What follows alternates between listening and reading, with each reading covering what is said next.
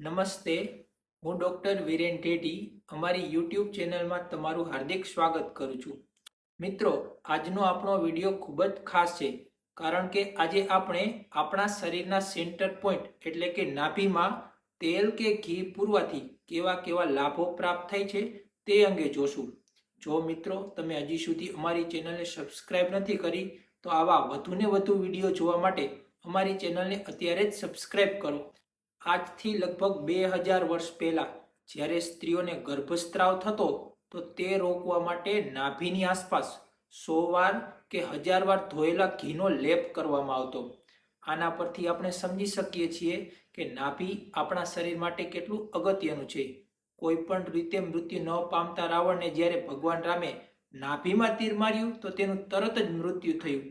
આથી ચરક સંહિતામાં પણ કહ્યું છે કે નાભીમાં પ્રાણ રહેલા છે. તો આવી નાભીમાં જો આપણે નિયમિત રીતે તેલ કે ઘી પૂરીએ તો કેવા કેવા લાભો પ્રાપ્ત થાય છે, તેલ કે ઘી કેવી રીતે પૂરવું જોઈએ અને કયા વ્યક્તિએ આ તેલ કે ઘી ન પૂરવું જોઈએ તે અંગે આપણે આ વિડીયોમાં જાણશું. નાભીનું મુખ્ય કાર્ય ખેંચવાનું છે. આપણે બધાએ અનુભવ્યો છે કે આપણે જ્યારે કોટનના કપડાં પહેરીએ છીએ ત્યારે થોડા સમય બાદ નાભીમાં કોટન બોલ બની જાય છે.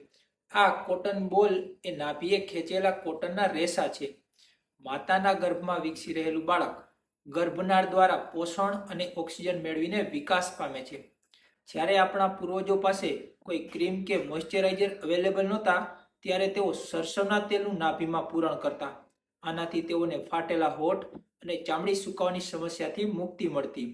જે વ્યક્તિએ ચામડીમાં નેચરલી ચમક લાવી હોય તેમને વિટામિન ઈ યુક્ત બદામના તેલનું નાભીમાં પૂરણ કરવું જોઈએ. ચામડીની અન્ય સમસ્યાઓ જેવી કે મોં પર ખીલ થવા, ચામડીમાં લાલાશ આવી કે ચામડીમાં ખંજવાળ આવી સમસ્યામાં લીમડાના તેલનું નાભીમાં પૂરણ કરવું જોઈએ.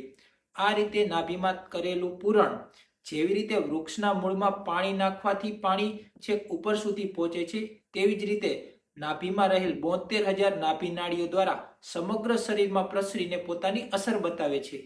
આજનું આધુનિક વિજ્ઞાન બ્રેઇન ગટ કનેક્શન એટલે કે મગજનું આંતરડા સાથે સીધું જોડાણ છે એવું સ્વીકારે છે. આથી જે લોકોને અનિદ્રા, સ્ટ્રેસ કે ચિંતા જેવી સમસ્યા હોય તેવા વ્યક્તિએ નાભીમાં શુદ્ધ દેશી ગાયનું ઘી કે બ્રાહ્મી તેલનું નાભીમાં પૂરણ કરવું જોઈએ. પેટની અન્ય સમસ્યાઓ જેવી કે ગેસ કે અપચો હોય તેવા લોકોએ તલના તેલનું નાભીમાં પૂરણ કરવું જોઈએ. કબજિયાતવાળા લોકોએ એરંડિયાના તેલનું નાભીમાં પૂરણ કરવું જોઈએ. જે લોકોને કાયમી એસિડિટી રહેતી હોય તેવા લોકોએ નાળિયેરના તેલનું નાભીમાં પૂરણ કરવું જોઈએ. ઘણા લોકોને શરીરનો દુખાવો અથવા સ્ત્રીઓને માસિકના સમયે પેડુમાં દુખાવો રહેતો હોય છે. આવા લોકોએ સરસવના તેલનું નાભીમાં પૂરણ કરવું જોઈએ. આ રીતે કરવામાં આવતું નાભી પૂરણ આયુર્વેદ મુજબ સમાન વાયુ અને અપાન વાયુ પર કાર્ય કરી પોતાની શરીરમાં અસર બતાવે છે. તો મિત્રો, હવે આપણને પ્રશ્ન થાય કે શું દરેક વ્યક્તિએ નાભી પૂરણ કરવું જોઈએ? તો ના, એવું નથી.